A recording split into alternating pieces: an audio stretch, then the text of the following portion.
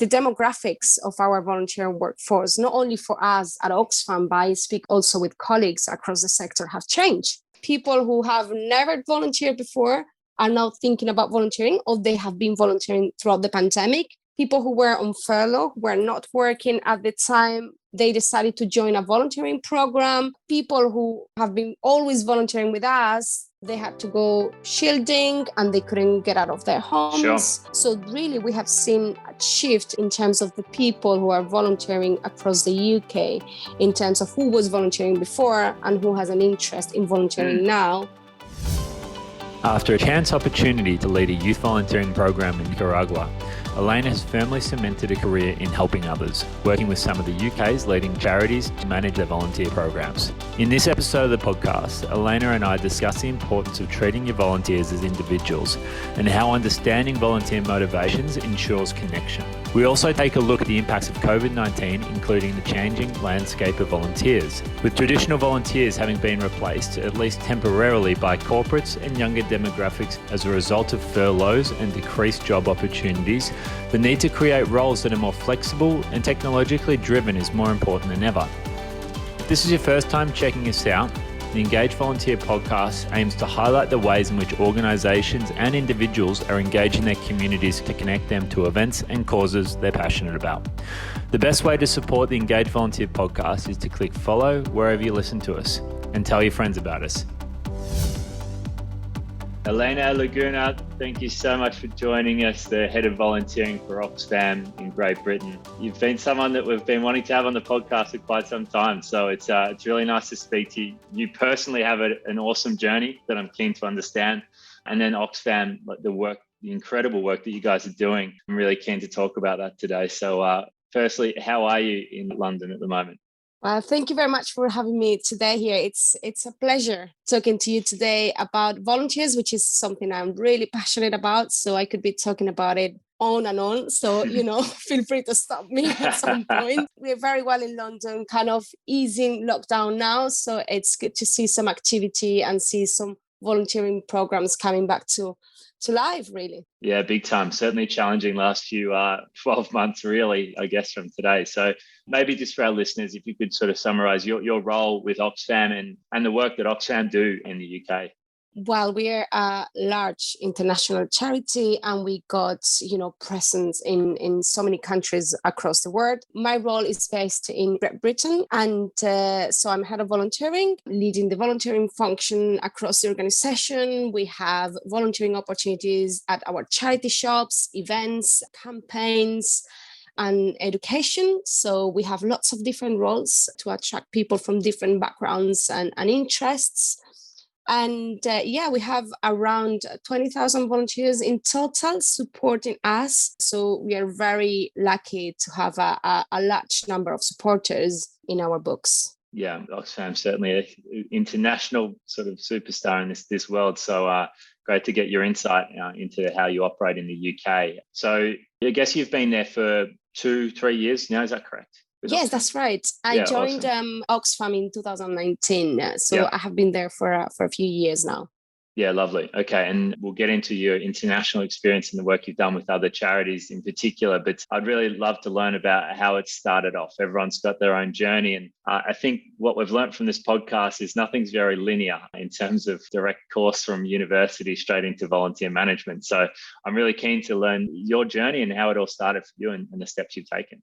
That's right. I think I have never met any volunteer manager who has followed the same line in terms of, profession. We are all kind of learning from different roles and trying to kind of find our own path, which is what happened to me as well. So I finished university back in Spain, kind of like a decade ago. And I came to the UK as a student to kind of continue my studies. And then I started working in the localization translation world. So I was working in the private sector in a digital agency. And, after 2-3 years working in the city and kind of coming back to work thinking, this is not what I want. This is not what's right for me. I really want something else. I decided to quit my job and join a volunteering program in Central America, in Nicaragua. So I was joining a youth scheme supported by the UK government. And I went to Nicaragua,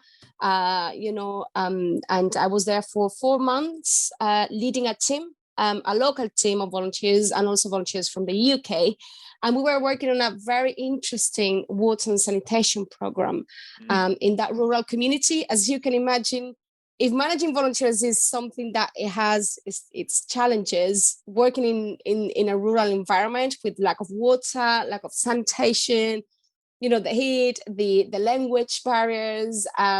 Obviously, for me, it was slightly easier because I speak Spanish and English, so I kind of be the bridge between the cultures and the volunteers. But it was very difficult sometimes, but it was also very rewarding working with the community in that project, working with the local charity as well. And, after that experience, I couldn't go back to the private sector. I said, when I came back to the UK, I was talking to myself and I said, I cannot continue doing what I was doing before this amazing experience. I have to do something completely different. And this is how I started working with volunteers in the UK at the British Red Cross. And I was working with the British Red Cross for a couple of years as a manager. And then since then, I have never looked back, really. It's what I really want to do in the future and now, and is what I'm really passionate about. Yeah, I think it's probably a crossroads, really, isn't it? As we've heard from other guests on the podcast, you get to a point. What was it that made the jump, and what took you to Nicaragua? Was it like, I just need to find something else? Or were you like, I just want to find something where I can help and it's not for profit? What was the jump? And surely that took a bit of courage at the time. I'm sure some interesting conversations with family and friends going, hey, I'm going to Nicaragua.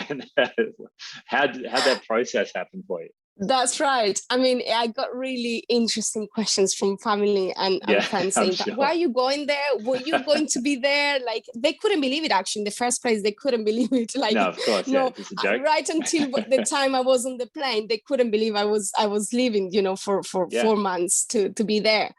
I think, well, it's true that when I was working in the private sector, I was account manager for a few charities who were kind of our customers. So you had exposure to charities. Yep. Yeah, so that's kind of, I got insight into how charities work. And that was very interesting for me. So this is how I decided to jump in and say, I want to give it a try. I want to see how it is like, working for a charity abroad.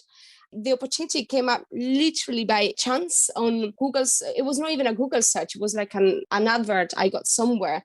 And I said, this is what I want to do. I want to apply for this program, and I went through the recruitment process and I got the team leader role, and that's it. So, I was all ready to go. So that's kind of how I decided to join that program. It was literally by chance, and it was not something that I planned very much. And I think that's the best things in life, right? It's about, giving a go at see if it works for you. And if it works for you, just go ahead with all your power and energy. That's what I believe in. Yeah, and now your role as head of volunteers, you've worked your way up the ranks from Nicaragua to the position you're in today, which is a great story in itself. Maybe just your own sort of version of how you've worked to get into these positions, leadership and working with others, having people report to you. How have you found that experience, and how do you operate at the moment as a leader in volunteering? So as a head of volunteering now, I'm not directly managing volunteers. So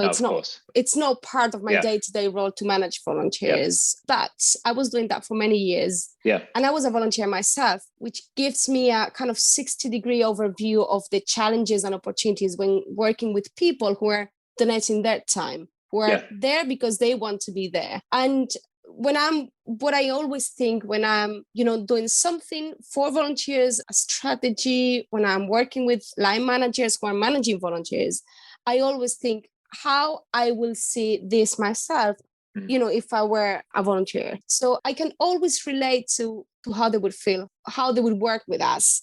And that really helps me, because when I'm trying to put together, a communications strategy, when I was a volunteer, I wanted to be, kind of receive communications, to speak with my line manager, know about the charity. That's the things that really has helped in the past, when I was managing volunteers and then volunteer managers. So I think throughout my career, I always remember that. And I'm still a volunteer. I'm a trustee for a youth charity in London. And during the pandemic, I started working again as a volunteer for the British Red Cross. So I keep kind of, whenever there is an opportunity and I have the time, because obviously as life get busier, it's quite difficult sometimes to find the time. But when you find the right opportunity, this is when I always try to to make a difference and contribute to it.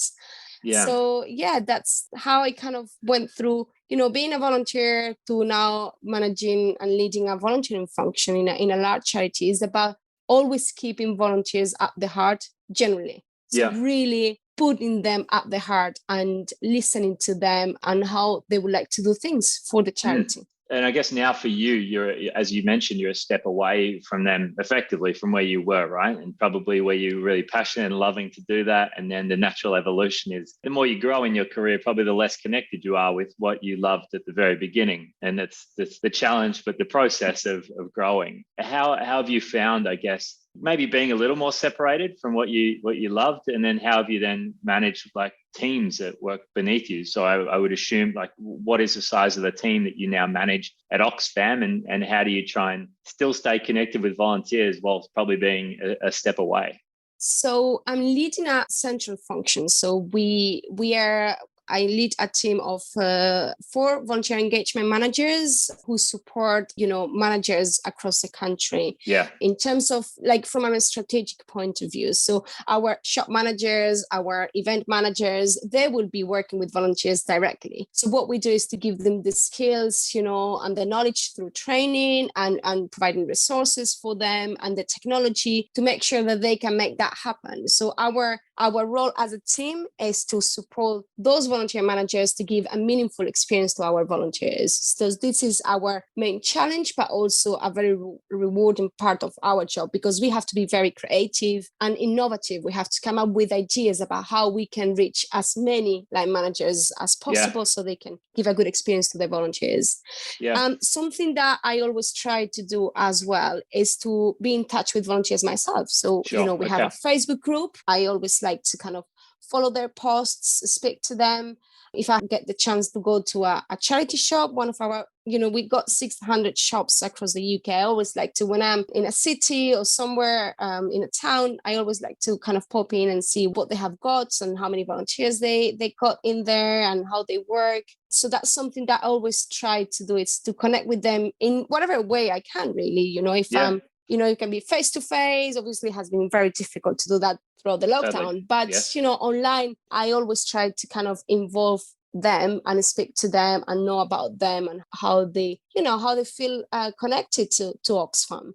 So that's something that I always remember, and I hope I'm not going to forget, because if I forget connecting with our volunteers, it's, I would be a terrible manager. I think it's really sage advice for people as they step away from the front line, if you will, to stay connected. I think it's pretty consistent feedback we hear from really great managers in this podcast. So now Oxfam as an organization, it's not basic. You have 3 sort of core functions, probably more, but shops, events, campaigns that you guys run. What I'm interested to understand is, the volunteers, is a centralized function that if I'm a volunteer, I can see shops, I can see events, I can see campaigns, and my one profile, I can see everything? Or is it almost like you're running 3 sort of siloed divisions, probably more as well? Like, how do you manage the fact that you run sort of different opportunities that would probably require different skill sets and attract different people to the programs?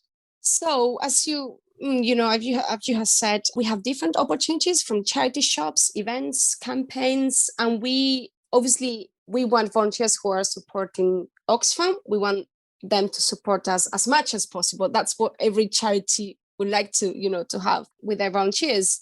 But we also understand that some volunteers, they're very interested in music and donations, and they might not have such a big interest in a large, massive event, like Glastonbury. So we have, again, something that I always say, it's treating volunteers as individuals. They are not a large homogeneous group. They're people with different interests. And if we can support them to do as much as possible for us with the right training and the right, support, that's absolutely fine. But if they want just to kind of volunteer in a shift in a charity shop, that's absolutely fine. They don't have to do all the things if they're not interested.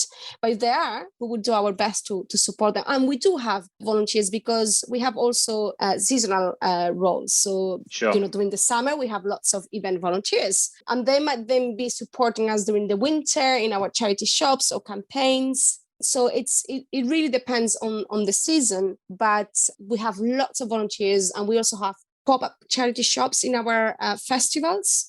So shop volunteers, they support us during the summer at our events, and that's fantastic because they're bringing that experience, that knowledge to a group of volunteers that they might not have it, and they can mentor other volunteers and help them. So there is also that peer power support that we really, really value, which is about volunteers supporting each other and learning from each other. I think that's really valuable in terms of changing and shifting between opportunities. Yeah, that makes a lot of sense. Now, I would imagine for Oxfam, your volunteer applications for Glastonbury V working at a shop would be vastly different, right? And you would be receiving a lot more interest probably on Facebook and other sort of promotions to go, let's get a lot of applications through Glastonbury, give them a great experience. Is there a deliberate approach there for Oxfam to then say, we're going to engage potentially a lot of youth, potentially through Glastonbury? And then how do we then engage those youth for our wider organisation? Is there a deliberate sort of recruitment process there, or a way that you try and give someone a great first experience so that they then stay with Oxfam for the long term? Is there something that you guys, is that a function that you try and operate, or is it sort of you just put opportunities out there and whoever fits the right role will get it? Well, I think the key thing for us is to give a positive, good first experience to a volunteer. Wherever, however they're joining us, either through a shop, an event, we really want them to understand how we work, how we operate, the difference that we make around the world in our programs to fight poverty. So that's something that we strive to do. We really aim at giving a good experience. And then after that, we, as volunteer managers and as leader in the sector, we really need to understand that volunteering isn't the same it was a decade ago. People are not just volunteering for their entire life now, every Tuesday, at 6 p.m. Now people are kind of, and something very, very important for volunteers is that they're coming in and, coming for a few months, and then they might, continue with their studies and then come back. And this is what I do when I volunteer as well. I haven't been volunteering all the time, throughout my career. There are times when I have the time, the capacity, the kind of the mental space to do that. And I do it. And there are other times when I have to step back, and that's absolutely fine. We should accept that. And we should give such a good experience to volunteers that they come back to us, whenever they are ready again. So that's something that we try to do. We don't specifically target, we put our opportunities up there. We try to attract as many people as possible. And then, if they want to continue supporting us, it's something that we really welcome. But it's ultimately is their choice how they want to support Oxfam. For sure. I understand. Now, one thing we discussed earlier was around clearly Oxfam, and every charity, every organisation engaging volunteers has moved to a more digital space in terms of the way that they engage their volunteers. With that has its challenges. Clearly, older demographics, certain sections of community may not have access to technology like others do to engage immediately with your programs. How have Oxfam tried to manage this? And is there anything you're doing, or any perhaps advice for others that are going through the same challenge? I'm really glad that you are, talking about this, because digital exclusion has been a big part of what we have been doing from the beginning of the pandemic. Right at the beginning, when we were putting together our communications strategy for the next few months, that was always at the back of our minds, like how we're going to reach people who are not on Facebook, on WhatsApp, and how we're going to get in touch with them. We have a very diverse group of volunteers. We have volunteers with 60 years old volunteer who is volunteering every week with us. We have students from the age of 14. We have, parents. So we have a really diverse kind of workforce. And people from different backgrounds who are joining Oxfam for different reasons. So I think, first of all, it's about asking them how they want to engage with us. When they're the best people to tell us how they want to hear about us. And I remember we also have volunteers that we ask them frequently about the things that we want to do. And I remember speaking with volunteers from certain groups, how we can reach them. And we set up a very good kind of right at the beginning of the pandemic, a very good telephone program for, to phone in them, those, especially elderly volunteers. Sure. Who, volunteering was part of their lives, it was the thing that they were doing every week, and it was very meaningful. They felt connected. Yep. They felt connected with their community in that way. So they were very happy, at the beginning of the lockdown, the first lockdown, to hear from Oxfam and to simply ask them about how they were getting on, how was, how was everything with them. Sure. They really valued that. And that's the core of engagement, is treating individuals as what they are, individuals with different needs, and giving them a call and asking them how they doing. It was what it works for them. Yeah. For sure. I think that's an obvious question is an Oxfam with 20,000 plus volunteers, the treating everyone as an individual. It makes a lot of sense completely. How are you possibly managing to treat everyone as individuals when you're probably getting hundreds of applications potentially per week of volunteers? Is there something that you're doing? Does technology play a part? What's the process to make people feel welcome and not just apply for a Glastonbury shift once, miss out, and never be heard of again? I think that really comes down to the training that we provide to line managers, to volunteer managers. That's really come down to the culture about volunteering. So obviously, possibly, I cannot, as a head of volunteering, make sure that the 20,000 volunteers that we have got across the country are treated as individuals. Totally. But I can make sure that that message goes down to all the teams, all the shop managers know that they should listen to the volunteers, they should consult them, speak to them frequently about what's going on in the shop, what they're going to do next in terms of events, this sort of thing. So my role is about making sure that that message is very clear, that the training is in place, that we recruit the volunteer managers who have an interest in developing teams and making that possible. So that's really the work that we do, is strategically thinking about how we can make sure that happens, that volunteers have a meaningful experience, even though we got thousands of them across the country. For sure.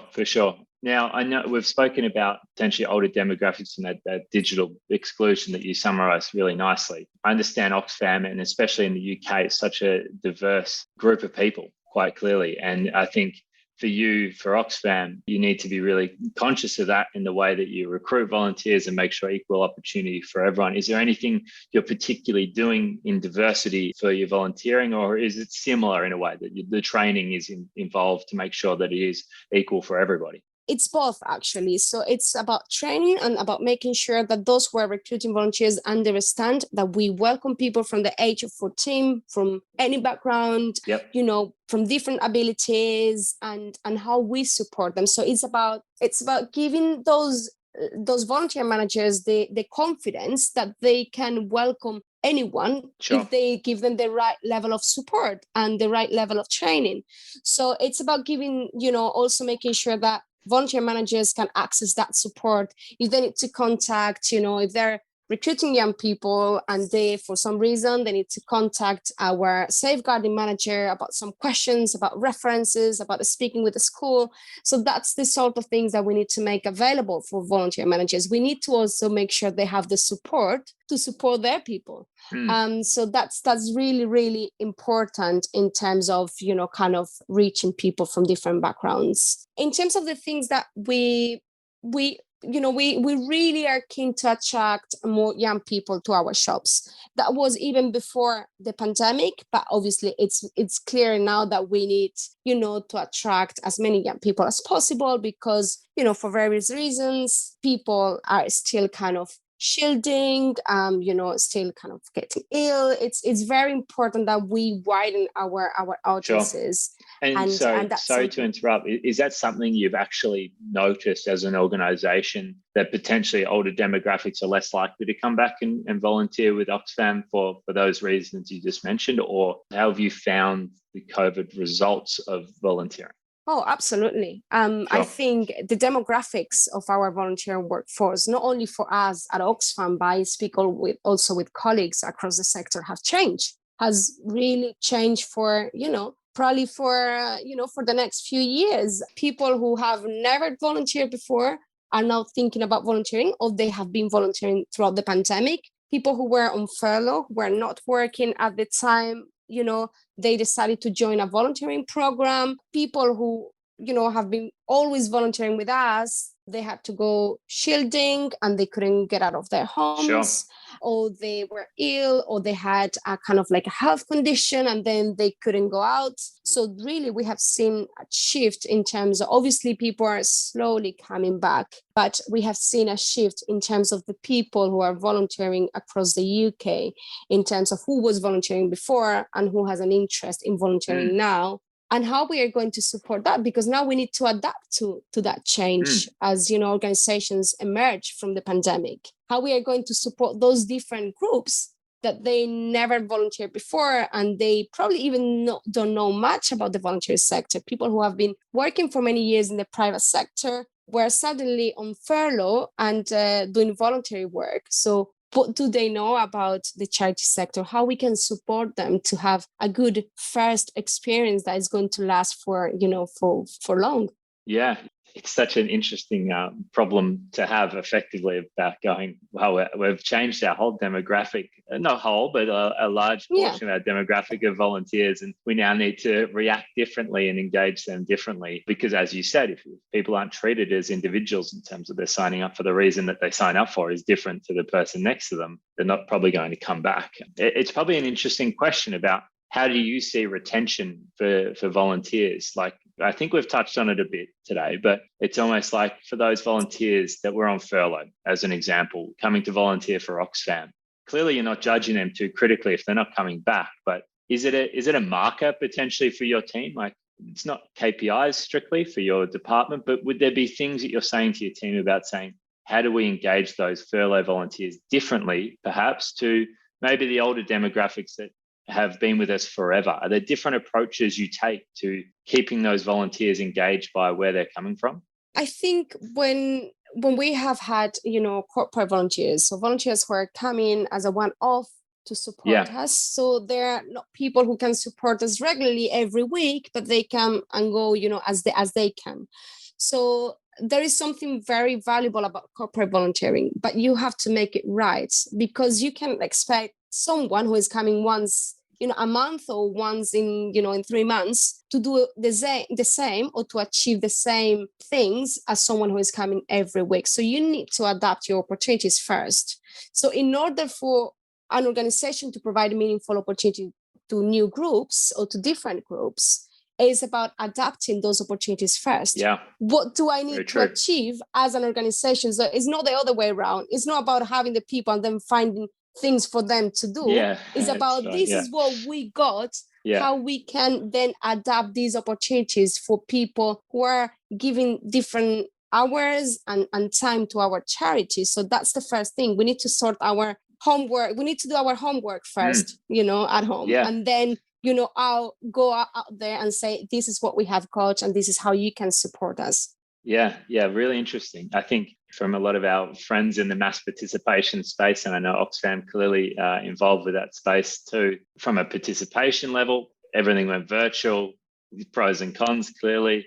But in volunteering, we also saw a big shift from clearly physical volunteering at that festival, like you mentioned, or to virtual. How did you manage that virtual volunteering? And maybe more specifically, that there would have been some greater skill sets clearly that were coming to your organizations from potentially higher levels that you may not have ever seen before through COVID. You said you needed to customize your programs a little, but how did you engage with real sort of virtual volunteering that wasn't necessarily boots on the ground? For example, when we have in terms of opportunities, obviously they changed a lot from the beginning of the lockdown, and we had to close down our 600 shops across the UK. We had to cancel our events. That was quite massive and created quite a lot of disruption for us. But very quickly, we tried to have an initial big focus on communication, support, and engagement. So we were supporting our volunteers. We wanted to know how they were feeling. You know how it was at the beginning. It was terrifying for lots of people. Totally. We wanted to know how they were getting on and make sure that we were there for them if they needed some sort of support. But then, kind of as we moved on to kind of find new opportunities, we also developed quite a lot our online shop, so our e-commerce side of our charity shops. So we have done lots of work in terms of how volunteers can support us online, which was not something that it was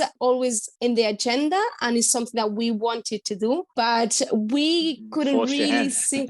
Exactly. Yeah. The pandemic really forced us to do that, to focus on our e-commerce and our, selling our donated items and fair trade online. And that had a massive impact, positive impact on our volunteer teams, because all of a sudden they were very interested in doing things for us in different ways and to support our online shop, which was not something that it was so attractive before, because people wanted to be in the shop and they wanted to socialize, but that wasn't possible. So possibly they didn't even, they didn't have a choice, in a way.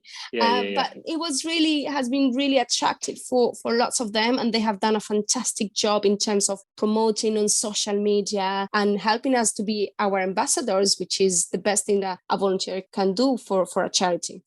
Yeah, for sure. Now this might be a really challenging question. You may not have an answer to this, but a lot of volunteers I apologize. I've been pretty tricky today. A lot of volunteers will volunteer for that connection, right, in terms of their community, and to work with other volunteers and to be the front line. Then there becomes virtual volunteering, where people can put their skill sets to use. But the reality is they're doing it from their bedroom, where they're not probably working with other volunteers. Is there a way that you can make those virtual volunteers feel connected in a similar way that a physical volunteer can? Clearly, you've mentioned you make phone calls and things. Maybe that's the answer. Well, I think the first thing that we need to remember is that hopefully this is not going to be forever. So this is kind of like a temporary kind of thing that, although we are likely to have online opportunities in the future, there are also going to be opportunities to probably meet face-to-face once, in a while. So hopefully this isn't a permanent kind of working environment. And as we are kind of emerging from the pandemic and opening our shops, because we have now reopened all our shops across the UK, kind of things are, obviously with social distancing and, wearing the face mask, which is kind of, it's still kind of is preventing, kind of that contact connection, but a connection with people. But surely you can find that connection online. Surely you can, talk to your volunteers, not only about work and the things that they have to do, but you can ask them about how was their day, how was their daily work, did they see, I don't know, it's there. You can talk to people about more things other than work, even online. Although it seems like, it has been a challenge for me personally as well. Lots of time when you are online on Zoom, you just talk about work, about what you have to do. But you can find a way to connect with them in a different way, the same that you would do outside, having a coffee in the kitchen, or, so surely you can find ways to connect with people, and surely you can give them the hope and the reassurance that isn't a permanent thing. And even though they're going to support us online in the future, there will be opportunities where they can socialize face to face and kind of find their own ways to connect with people in other ways other than just work. Yeah.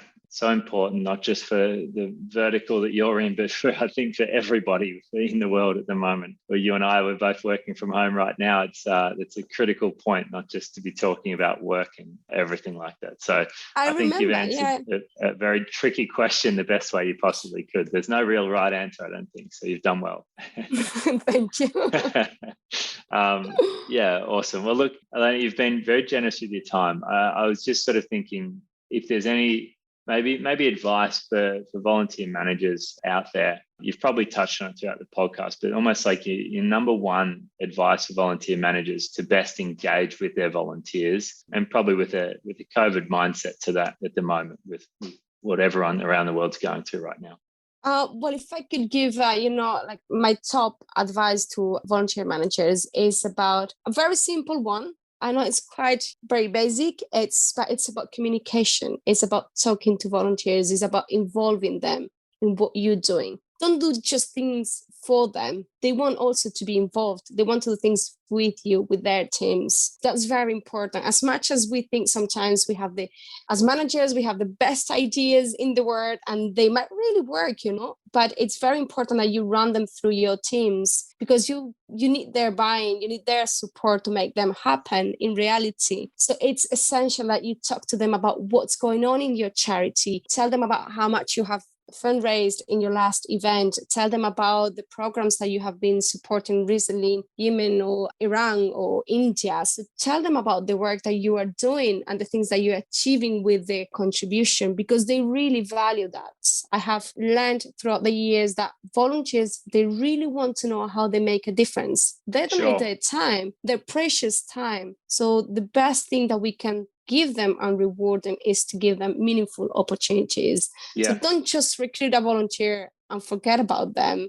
Make sure that they are connected to the cause that they are supporting and that they understand what's going on across the charity.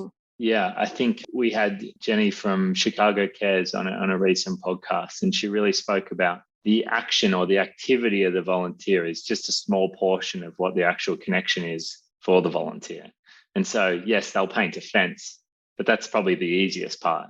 The more difficult part is about communicating the wider impact of this whole, you're part of a cog in a big wheel here, and how to best communicate that is, I think, it's a missing gap, I would say, in a lot of volunteer programs, perhaps, where we focus very much on the activity that the volunteer does, pat them on the back and you say goodbye. But the more you can bring them into the wider organization and the impact you have, the stronger Absolutely. The connection will be, and the more they'll talk and bring their friends into a program, because Absolutely. Not everyone's excited about painting a fence, but everyone might be excited about the impact that they can have as a whole. I think you've been awesome today. Your journey yourself, in terms of the deep dive you needed to take to start off on this career journey, and then making it all the way to the position you're in today.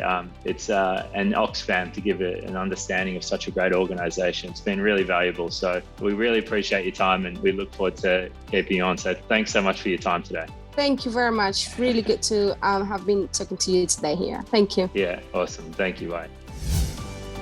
That was our last episode of Season 2 of the Engage Volunteer Podcast. We'll be taking a short break, with Season 3 of the Engage Volunteer Podcast returning in July. We will have lined up a great selection of guests, including Linda Fenn from British Heart Foundation, Jenny Betteridge from Sport England, and Anne-Catherine Len from FIFA, just to name a few. To keep track of all our new episodes, or to listen to additional episodes, please make sure to click follow wherever you listen to your podcast. Thanks for joining us.